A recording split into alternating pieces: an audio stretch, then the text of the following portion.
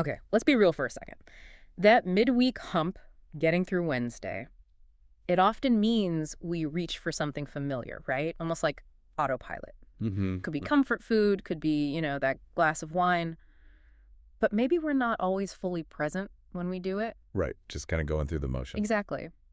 But what if that habit, that Wine Wednesday thing, could actually be, well, more intentional, maybe even a form of self-care? That's what we're diving into today. We're looking at mindful drinking practices, specifically through the lens of Wine Wednesday, based on a great piece by Mia Gibson over at winefullliving.com. It's called Wine Wednesday Self-Care, Mindful Drinking Practices.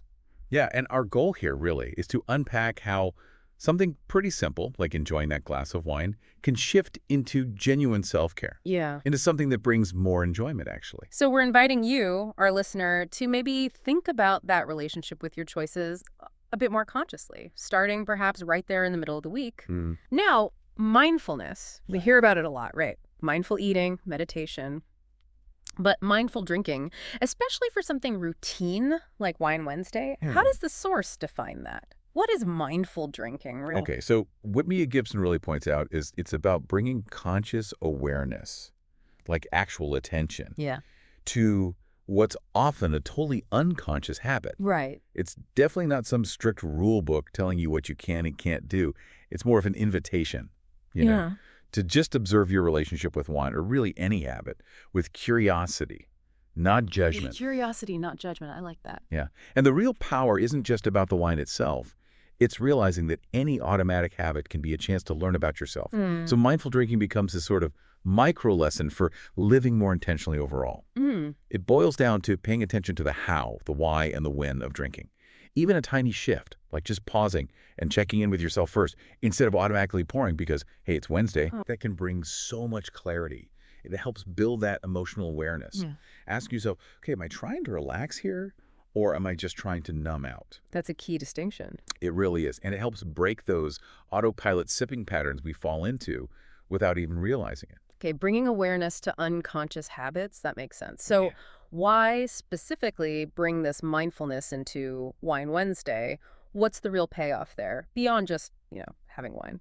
Well, this is what gets really interesting, I think. It turns what might just be a casual routine into a genuine opportunity for, like, self-connection. Okay. It allows you to start seeing wine as maybe a tool for presence, not just a way to distract yourself. Presence, not distraction. Exactly. Yeah. And paradoxically, maybe experience more pleasure by actually drinking less, but with your full attention on it. The author, Mia, really emphasizes that how we drink is part of our emotional self-care. And doing it mindfully can actually lead to more authenticity because it removes some of that guilt we might sometimes feel. The guilt factor. Yeah. She even shares her own story, transforming what used to be a rushed glass while scrolling through her phone. We've all been there. Totally. Into this quiet moment where she actually tastes what's in her glass. That's a pretty big shift in how you experience your evening. That is a powerful shift from just consuming to actually experiencing. What I like is that the article stresses this isn't about some massive life overhaul. Not at all. It's about small, doable things. Can you walk us through some of those practical tips Mia suggests? How do we actually do mindful drinking? Absolutely. And they are really simple, accessible things. For instance, just switching to a smaller glass. Oh, interesting. Why? Well, it naturally helps moderate your pace. Mia mentions her friend Sarah tried it and found she just automatically slowed down, appreciated each sip more. It wasn't forced, it just happened. Okay. Another super simple one. Take one deep breath before your very first sip. Just center yourself for a second. Easy enough. Or create a little sensory ritual. Maybe specific music you like, dimming the lights, finding a comfy spot, making it an intentional experience. Setting the scene. Exactly. And if you're into journaling, maybe a quick note before or after, just asking yourself, what do I want from this moment? And maybe the most powerful one, especially if you're enjoying it solo, just putting your phone away completely, creating that space for actual presence. Yeah, the phone, that's a big one. Those small adjustments sound like they really could change the feel of it. They're about creating intention, aren't they? Precisely. Which leads nicely to another point in the article, this idea of setting your own wine intentions. How do we move from just a habit to more of a personal ritual? Yeah, that raises a really important question, doesn't it? How do you actually set an intention that works for you? Right. The article suggests starting by asking, okay, why am I reaching for this glass right now? What am I looking for? Checking in again? And then maybe visualizing how you want to feel afterward, light, warm, just relaxed. It even suggests maybe picking wines that match your emotional state, which sounds kind of fun, actually. Huh. Like what? Well, Mia mentions her neighbor Kate, who apparently has this lovely ritual where she picks her Wine Wednesday bottle based on her mood. Maybe crisp whites if she's feeling celebratory, or fuller reds for more reflective evenings. I like that, pairing the wine to the feeling. Exactly. Yeah. But crucially, the article also stresses that setting an intention might mean realizing, you know what, tonight's not the night. And choosing not to drink can be the ultimate act of self-care in that moment. It's all about that conscious choice.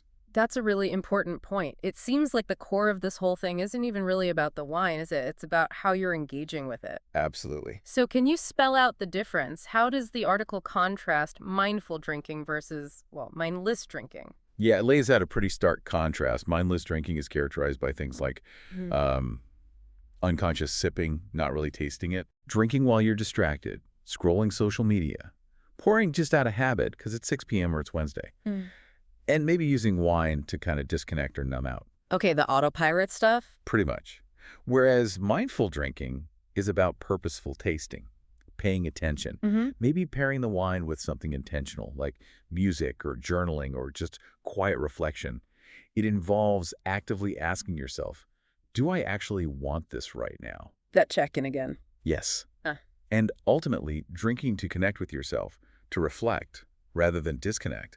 The outcomes are just totally different. How so? Well, mindful drinking aims for genuine pleasure, not just that momentary escape. It engages all your senses.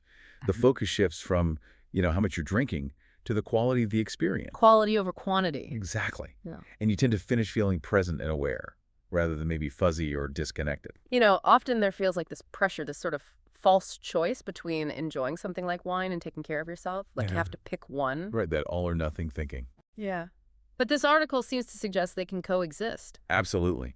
And if we zoom out a bit, that's where these mindful drinking practices really show their value.